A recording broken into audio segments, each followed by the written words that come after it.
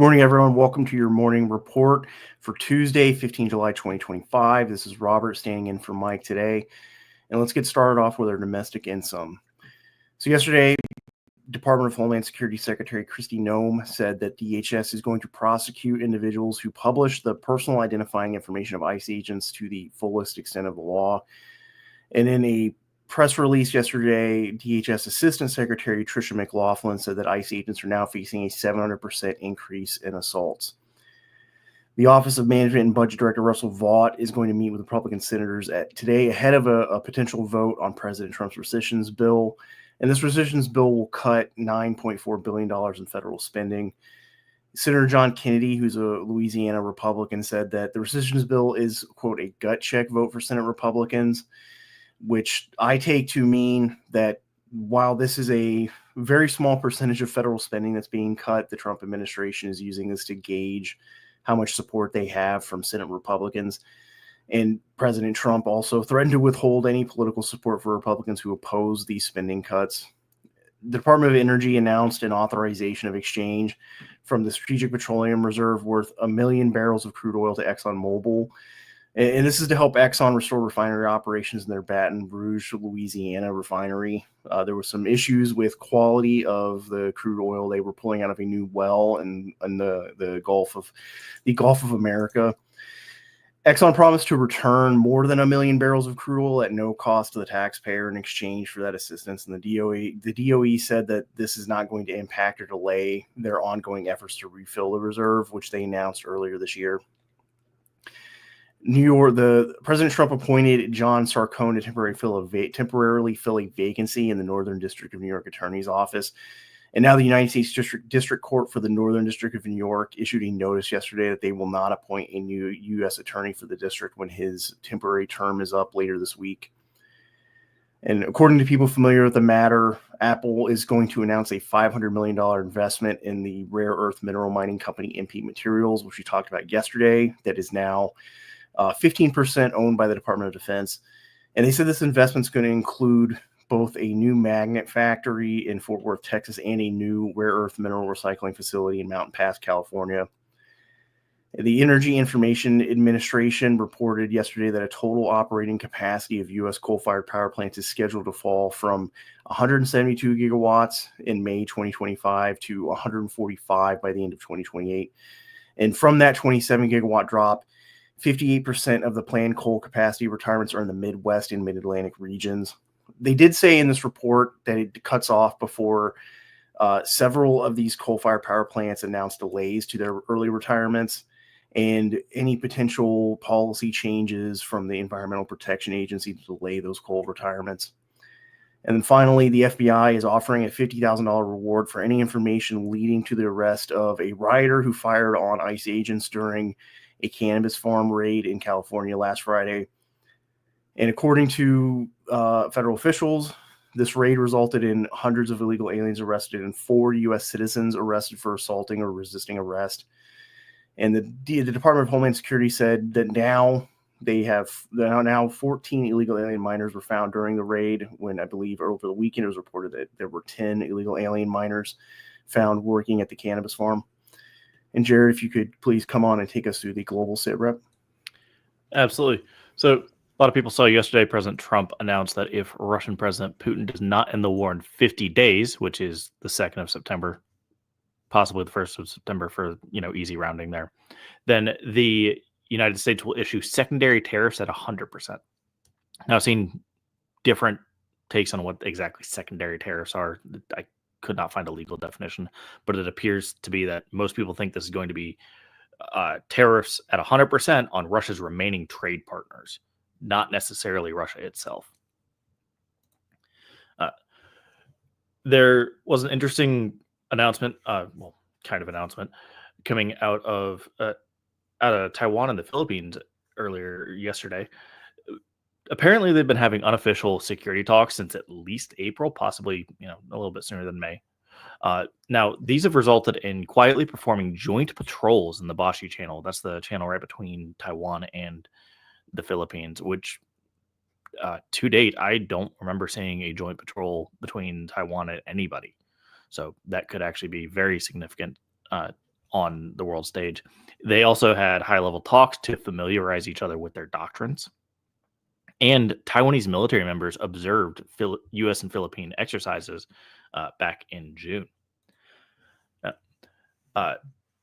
South Korea is also making some moves. South Korea's defense minister On said that he will attempt to finalize the wartime operational control transfer of Korean troops during South Korean President Lee's term, which he's got about 5 years to do so.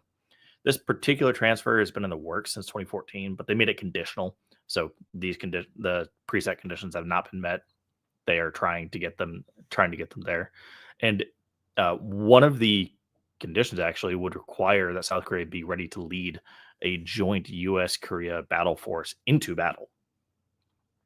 So that's actually extremely similar to what we saw the U.S. finalize with U.S. forces Japan, where they are sharing operational control over, they're essentially sharing commander, the office of commander over those forces. Then moving on down to Panama, the United States and Panama began phase 1 of the Panama Alpha drills yesterday. This exercise is meant to improve interoperability to, quote, face any threat, per the U.S. Southern Command spokesman that said it.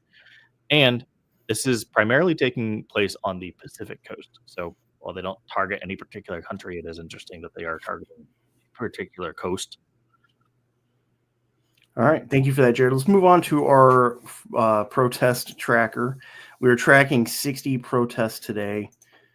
And then now on to our warning items. Our first item for today, President Donald Trump is scheduled to announce $70 billion in AI and energy development investments. And this is at an event that is taking place in Pittsburgh, Pennsylvania today. A Trump administration official who was speaking on background said that these investments are going to come from a range of companies that will include new data centers, new power generation expansion projects, and grid infrastructure updates. So this map was included in a Department of Energy report that we reported on, I believe, last week. And this was a warning that the likelihood of an increase in 100 times increase in the chance of blackouts in the United States was coming if we saw a lot of these, especially coal-fired power plants, retire early by 2030. And I think the Trump administration likely cannot avoid a significantly increased chance of future power shortages if they only keep current fossil fuel power generation online, which is what the Department of Energy has been doing. They've used the Federal Power Act, as we reported on, to keep some of these or to require some of these coal-fired power plants and gas power plants, both here in the continental United States and in Puerto Rico, open to avoid these power shortages. But they're going to need to invest in new baseload power generation to stave off that increased likelihood of blackouts. And this is being caused by mostly increased demand. Meta announced yesterday that it also plans to spend $72 billion this year alone to build what they're calling multi-gigawatt clusters of data centers. And the first one that they're calling Prometheus is going to come online in 2026. And if Meta's new projects and these other power-intensive AI data centers come online faster than new baseload power generation can be built, I think the likelihood of power shortages is going to increase again. So we're not completely out of the woods yet. Part of this is that DOE expects more than 100 gigawatts of baseload power generation to retire over the next 5 years. And in the top map, that's the result of this 100 gigawatts of baseload power generation retiring. The bottom map shows that even if the Trump administration is able to keep all of these coal power plants and gas power plants online, that there's still going to be regional disruptions if we don't see an increase in baseload power generation capacity. All right, Jared, if you could take us through your warning item for today. Absolutely. So the United States Marine Corps, they reported yesterday that for the first time a program of record, UAS or unmanned aerial system, delivered a live lethal munition on Camp Lejeune. That was earlier this month as part of a simulated company level assault in combination with traditional direct and indirect fire. So mortars, javelins, etc. The USMC notes that this system is still in development and is awaiting safety certification for mass adoption, but they do have a working prototype that they were able to rush through safety with NavAir to actually get a live munition dropped, and it worked well. Now, probably asking, hey, why does this matter? We get asked frequently, hey, what can we do about the drone issue? What can we do about the drone issue? There's, nobody really has any plans here. The way that weapons technology normally proliferates is you get the offensive weapon first, which allows for a defensive weapon development and then testing. That normally comes from the military. Here we see the premier military actually taking this seriously, integrating it into it. And while a complete homeland counter unmanned aerial systems, or CUAS doctrine, is still a long way off, this test is an early step toward actually developing one. And as the USMC here integrates drones into its offensive operations, those operations will mature and allow defensive measures to be developed and should be proliferated. And the main way that you do that is by finding out, okay, well, where are my limitations? How do I exploit those limitations so that my enemy cannot do it? All of that helps derive a civilian version as well. All right. Thank you for that, Jared. Let's move on to questions and answers. And we are actually going to have to give it a minute. We'll give it a minute for the audience to get some questions in.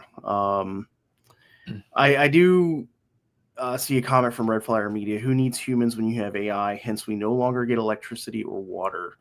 Those are both major issues I think we're facing in the future. One, more immediate is the electricity shortage issue, especially if, depending on what the proportion of this $70 billion investment that Trump is going to announce today, I think it depends on what proportion of that is AI data centers and what proportion of that is power plants, baseload power generation. I think the issue that the Trump administration is facing on that front is the permitting issue. We've talked about a lot over the last 2 years that this environmental impact permitting process is supposed to take, I think, usually roughly a year, but it often ends up taking multiple years. Like, for example, the last nuclear power plant to come online in the United States in Atlanta, the Vogtle, I think the Vogtle plant 3 and 4, took 20 years before it came online. So that's one of the major obstacles. And the Department of Energy has been talking about, and the EPA have been talking about, speeding up that process. And I think we've reported on in the past 2 weeks, there have been some results for that, especially when it comes to critical minerals. But I haven't yet seen any announcements for new baseload power generation construction. Frozen Nomad says, energy and economic analyst Doomberg said they believe most AI data centers will be forced to use off-grid power sources such as locating at natural gas wells. What are the biggest roadblocks for this? Permitting, honestly. But that is something that these AI data centers have been talking about for a year now, because about last year, when a year or so ago, when this was really becoming much more publicly talked about, there was kind of an idea that, well, they're just going to bring the data centers online and not worry about the blackouts, I guess. But a lot of these data centers have been kind of in limbo because they have to have power to operate. And there's been in some places like Ohio, there's been kind of a fight within regulation bodies over who's going to pay for additional infrastructure updates or upgrades and new power sources. And some of these data centers have been delayed. So I think that did push, for example, Google and a couple other data center operators have been looking at on-site power production, like geothermal. And again, I think the biggest roadblock for that is probably still the permitting process, just because there are multiple agencies that are involved in that permitting process for new projects. All right, from Bad Wabbit, this issue of Apple getting into mining, is there more of the big five tech that are getting into mining itself? I hadn't seen that. I haven't seen anything else either. I think this is the result of the DoD buying that 15% share of MP Materials. And I think that was probably the goal of that public capital investment, is to basically provide a sense of security for private capital to come in and start putting in money. And I think that's the strategy here, is that when you have industries that are critical, but private industry doesn't necessarily see or sees that the risk is too high to invest in it, or there's not enough incentive for them to invest, bringing in this public money through the Department of Defense, I think, is intended to show private industry that this is a secure investment, because it is critical for Apple too. They do need copper for not just manufacturing their products, but if they plan to operate data centers or increase their data centers, they need copper for power lines to connect them to the grid. So this is copper ends up becoming and rare earth minerals too, end up becoming much more attractive investment opportunities for private industry because of that extra layer of security coming from government investment. All right, from Erniel Cooper. What steps could a community take to ensure that their community has power and will not be affected by the shortages? One of the things on an individual level is any other type of preparedness, having alternative power sources, whether that's an on-site generator or home solar. Also getting involved. Not to beat that drum too hard, but do your area study. Learn about your local politicians, state level politicians, and who you should talk to about this potential power shortage. Because that's really this is a federal issue, but I think the most impact you could have is at the local and state level, talking to power officials and government officials at that level. All right, from Native Texan. Yeah, just wanted to address this one. Welcome back, Native Texan. I actually recognize your username from years ago, so glad to have you back. And here's one. Have you seen any e-waste recycling efforts that recover rare earth minerals? Well, MP Materials operates one of those recycling centers in California, and the Apple apparently, according to people who spoke on background, is trying to invest in an additional rare earth recycling facility out there in Mountain Pass in California. All right. And then I see from Brian Edminster, clearly the problem with power is that it's far faster to build new consumers of power than expand generating capacity using conventional means. Yeah, absolutely. That is really the central problem, I think, that we're facing when it comes to all of this new demand that is expected to come online. I think the EIA estimated that data center power demand is going to almost double in the next 10 years, from it's 3.5% now of power demand to something like 8%. So yeah, it is much faster to build the data centers. I think because that has to do with only really getting through the project process at the local or state level. And then when they want to build an on-site power source, well, that introduces this additional obstacle of the permitting process. Or if they want to connect to a grid, now they have to go through whoever their regional transmission organization is to get into that queue, which is what pushed a lot of these data centers to try to start up in retired power plants, because they already had the connection infrastructure. They didn't have to build it. They could just get it approved and effectively plug right into where these retired power plants connected to the grid. And yeah, I think that is really the obstacle here, or the problem that needs to be solved, is that these data centers and these other energy intensive industry can come online faster than we can get power plants built.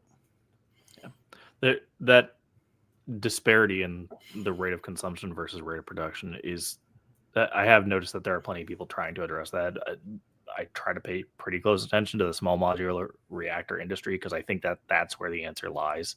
And once a commercialized one hits the road, it's a matter of, okay, cool, we can maybe not mass produce them, but produce them in much larger numbers than one-offs. Rocket industry was facing something similar, where they would have to custom design every single rocket. And now there are essentially assembly line rockets where you get 80-90% of what you want, but that's good enough for the job. And I think that we're going to see that with these reactors as well. Well, speaking of that, from Calabrian Patriot, how likely will small nuclear reactors become the answer to microgrid energy production? Yeah, I think that's pretty high up, especially because it's not even. So when I was reading on it a few months ago, they brought up that it's not necessarily a new technology. That this was what the engineers were saying, that it was similar to the technology used in nuclear submarines, which being that they're smaller, they're not like the size of 3 Mile Island. Yeah, makes sense. So I think it's very viable there, and it's just a matter of, okay, how do we produce these at scale? How do we get the licensing to actually proliferate these? And then you have the issue of nuclear technology actually being publicly accessible, which that's probably not that's probably a whole separate legal hurdle. Well, the Trump administration has also been talking about that. I think Chris Wright, who's the energy secretary, has said earlier this year they're trying to get the permitting process for these small modular reactors done faster, and part of that is approving a lot of these research reactors so they can start basically building test reactors at more facilities. And I think the last time I saw the first commercial small modular reactor is supposed to be coming online, or at least a test version of it next year. So I mean, it's moving along pretty fast, but again, it faces that permitting process hurdle. And I think the Trump administration's plan, from what I can see from the DOE and EPA, is to kind of decouple that small modular reactor from traditional power source permitting process so they can actually speed it up. All right. This is, I think, an important point. China's willingness and ability to ramp up energy production. It could. I think the biggest thing that biggest advantage China has over everybody else is that they have no problem with intellectual property theft. So all of the development that's done over here, they are normally involved in it in some way, and they just take it. And that speeds up their development process because they didn't have to pay for 10 steps. Well, and on the power side, they've built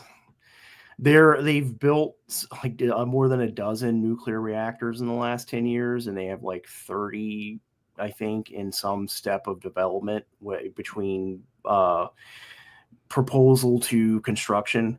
And they're also ramping up all power sources, basically. I know there's been a point made a lot about how the Trump administration is ceding the future of green energy to China by cutting off subsidies for solar and wind projects. But China is not just building new solar farms; they're also building new coal power plants. They're building new nuclear power plants. They're effectively building everything out. Yeah. Banned again. I see your comment. We've covered that a few different times. Yeah. And then also from Calabarian Patriot, what is your opinion on the future of hydrogen serving our energy needs? I think they're supposed to be. I think during the Biden administration, they proposed these hydrogen hubs to come up around the United States. I think honestly, as far as the cost per baseload power generation gigawatt, nuclear is probably where we should be headed. I don't think there is not a place for hydrogen. I think that the small modular reactor is probably where we're headed if they do become commercially viable. All right. With China requesting a NIST cloud for their government and their newly signed deal with Italy, do you see them gaining access to Five Eyes? Well, not through Italy, because Italy's not part of that. Not unless it's like they're in Naples, which in that case they're just spying on us. But as far as gaining a cloud through the National Institute of Standards and Technologies, I think that's what you're going for there. I don't know. And keep in mind, the government is pretty much all on board with saying no to China at this point. No reason they couldn't just tell them, no, you're not getting one. Yeah, if you mean gaining access to Five Eyes formally, that's not going to happen just because that is... Yeah, we don't even get that's the, also known as the Anglosphere. It's the US, Canada, UK, Australia, New Zealand. As far as spying on the Five Eyes, they're already doing that. Whereas but here in the US, the warnings for years from officials about pre-positioning resources on critical infrastructure networks. There was that Social Security hack, the Social Security Administration and Department of Treasury hack late last year. So they already, as far as spying on the Five Eyes, have already infiltrated U.S. government networks. Yeah. Oh, maybe it was France. No, well, even so, France is not part of Five Eyes. Five Eyes, like Robert said, is just the Anglosphere, and even then, there are more secure caveats, like no, basically cut off New Zealand. That was one of them. Oh, Will China invade Taiwan this year? no, no. Clark, I haven't seen your username around much. I don't know if you saw it from January. I don't think they will this year, and I don't think they're going to be ready by 2027.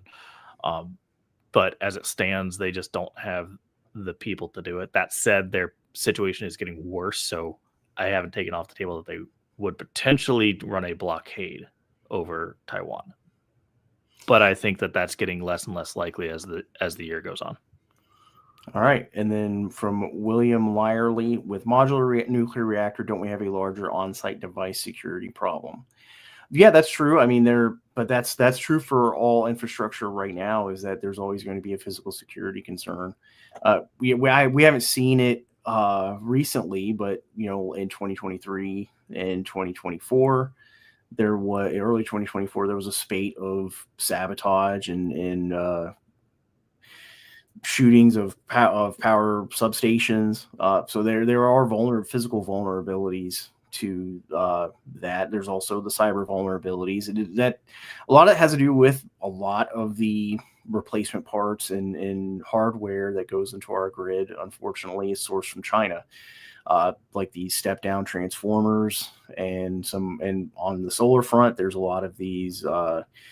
The solar equipment is manufactured in China, so there's the potential for zero-day exploits. So that would potentially have a on-site security problem as these SMRs proliferate. It will create more points of failure. So I would expect actually to see a lot of these data centers ramp up their security presence, especially if they start going for on-site energy generation. Yeah, it's actually as kind of a tangential point to or offshoot of the of my main point on the counter UAS development. That the government does appear to at least be taking this seriously. They're paying it lip service at a bare minimum and trying to invest into drone technology, which will help with counter drone technology that would assist in filling these security gaps. And I mean, as we've seen with Israel on Iran and Ukraine on Russia, that's probably the most prolific threat we've got, because it can just be done quietly and quickly and effectively against any critical infrastructure. But as a drone warfare doctrine develops, so will a counter UAS doctrine. All right, and then our last question for today from Bad Wabbit. Most of our guys who have actual combat experience are coming to the end of their life cycle. Do you see this as a national security threat, and do you track it? Well, I'm not currently tracking it, and I don't think it is necessarily a national security threat, because the United States has generally, in the past, gone generations between conflicts sometimes, and one of the major criticisms of the U.S. military for the last 30 years has been we're always preparing to fight the last war. So I don't think it's necessarily a national security threat. If you're talking about a future conflict or a crisis between, for example, the United States or China, or the United States and China. Yeah, I don't think it's necessarily a security threat either, particularly when you're talking about great power conflict. At that point, you're looking at, who's got the most recent combat experience, and I'll tell you right now, it's not China. The United States has the most recent, and if you just look at, combat effectiveness, said it before, I'll say it again, as much as we talk about the failures of the U.S. military on here, they are still head and shoulders the best fighting force on the face of the planet, and it's a matter of comparing the current military to the military that we saw in the 80s, 90s, very early 2000s, and part of combat experience. Yes, you need it for hardening your troops, but it also is about doctrine development. And most of these countries that the United States would face simply do not have the doctrine. They may copy the doctrine, but they don't have the actual real world experience to use it. So they don't understand it at the same level as the United States military does. Well, and then finally, I do want to address this last comment from Clark. I'm sure there's as many American spies in China, Russia as there are in the USA sabotaging our infrastructure. Actually, in China, no, there isn't. And a big part of that is, so I've been seeing a lot of people coming out of the military side or the civilian intelligence community side. There's a lot of these startups happening over the last roughly year. And the idea is they're trying to figure out a new tradecraft for a modern, much more connected world, because the traditional tradecraft used by the United States intelligence community is not working. And one of those areas where it didn't work is in China. And I think part of that is that China rolled up basically CIA's whole network in China about 10 years ago, a little bit more than 10 years ago, because they were using some of those old tradecraft measures. And it's much more difficult, I think, for the United States to engage in traditional espionage strategies and tradecraft in a place like China that is more than 90% Han Chinese. And a lot of the methods they were using were vulnerable, not necessarily to traditional intercepts, but an example given by one of these former CIA startups was they were giving out cell phones in Iran to sources. And they were told only to turn the cell phones on when they were going to communicate with their CIA case officer. But the Iranian intelligence service noticed that there were anomalous cell phones being connected to towers at certain times and only used during those times. And they actually used that information to roll up CIA's Iran network in, I think, 2012. And China used something similar. They gained access to the communications methods being used to contact agents in China, and they rolled up China's entire network, or CIA's entire network in China as well. So I'm not saying there aren't efforts to get access agents or recruit sources in China or Russia, but I think it's much more difficult for us, because some of these places, especially China, an American sticks out a lot more. It's a lot more difficult for a U.S. spy outside of an official cover to operate in. China probably assumes everyone working in the U.S. embassy in Beijing is under an official cover, so it makes that type of espionage a lot more difficult. Yeah, and some of the places, or some of the avenues that you would use to develop those, like student exchange programs, radically different numbers. The Chinese, if it's been a few months, but I think it's under 1,000 total American citizens are allowed in China, let alone, whether they're actually loyal to America, where there are 300 to 400,000 Chinese here on student visas. It's just that's part of how you actually would go do that. That's a huge avenue for how China conducts industrial espionage. It's just not even comparable in size. Well, yeah, and that goes to the difference in how the Chinese intelligence services and the U.S. intelligence services approach this type of human collection or human intelligence collection. China's view is basically every Chinese national is a potential source. So they have these talent recruitment programs. They used to have the Confucius Institutes, which were in effect a intelligence operation, in my view, because they were using them to monitor and recruit Chinese national or Chinese international students, especially ones that worked in research labs. And in their view, basically every Chinese national is a censor, potentially a collector for intelligence, versus I think the U.S. model is much more narrow in focus, where we have American officers who are recruiting foreign nationals on an individual basis, rather than, as China has been doing, allowing countries to take in, that we don't see a massive amount of U.S. foreign students going to China and then being used as a massive human collection operation by the United States intelligence community in the same way. All right. Well, that will do it for us today. We will be back with you tomorrow at 08 Central. Be safe and stay out front.